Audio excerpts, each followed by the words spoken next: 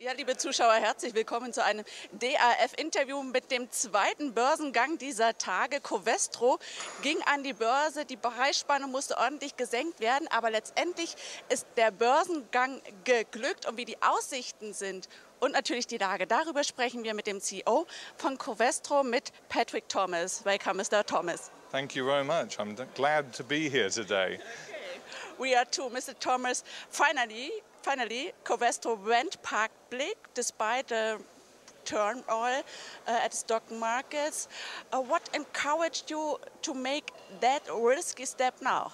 Well, I think the key thing is the market is volatile, but the investors were very keen to invest.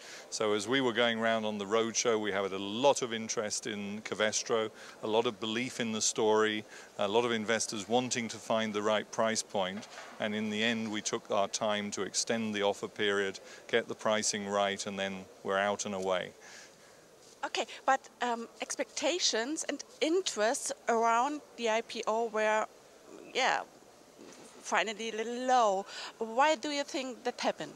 Well, we didn't feel any lack of interest on the roadshow. So we spent 2 weeks in America, in Frankfurt, in Switzerland, also in France and in the UK, of course. And we found a lot of interest in the Covestro IPO. There's a lot of interest in the company. It has a very good track record. It has a superb history. It's well invested. It's ready to grow. People were concerned to put their money in there, not because of Covestro, but because of the state of the market in general. So once the market started to settle and we extended the offer period, then we found the right place in the market. It's a free market after all, so the price is set by the market. Okay, how satisfied are you with the first 80 minutes of listing? Well, I guess there are only 2 ways it can go on the first hour or so of listing. So it's gone up, which has to be a good thing. And I think for the first 15 or 20 minutes, there were only buy orders coming in. So that has to be a positive signal. Let's talk about Covestro's business. One of your customers is car industry. How do you believe are you affected by Volkswagen? Really a very minimal impact on our business. We supply a lot of the component manufacturers for the automotive industry all over the world. So there isn't a car company in China that we do not supply. There isn't a car company in America we do not supply. We supply every car company in the world with certain crucial ingredients. So we haven't really seen a great impact from the history of Volkswagen in Germany at all. Okay. Despite car industries, which sectors, which regions in the world are your growth generators? I think the construction industry is a very important growth generator for us because people are very concerned about the thermal efficiency of buildings. Everybody's worried about greenhouse gases, and to reduce the emissions from buildings, then you need good insulation. And we produce the raw materials for the best insulating materials for buildings in the world. Second most important industry for us is actually the electronics industry. I think everybody around them is within about 5 meters of one of our products.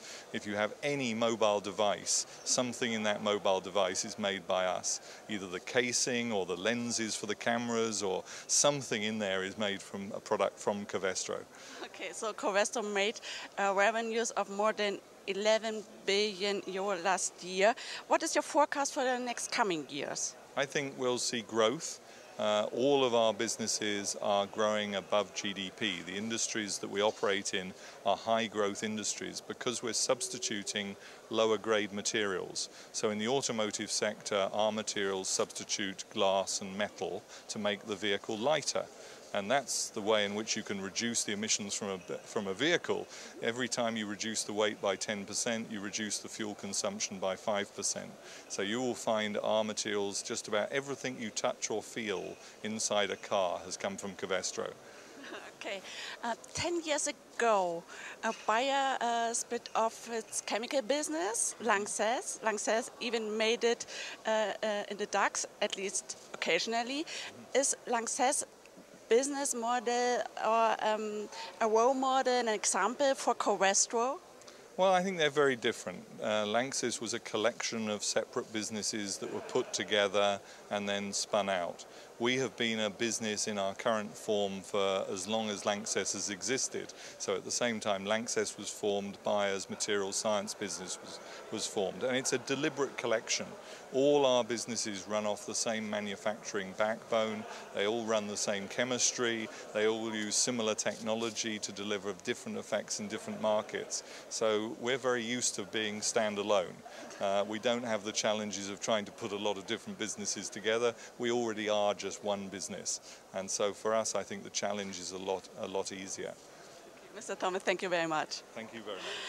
Liebe Zuschauer, Covestro ging an die Börse trotz schwieriger Marktbedingungen und Covestro ist soweit zufrieden. Der VW-Skandal spielt hier keine Rolle.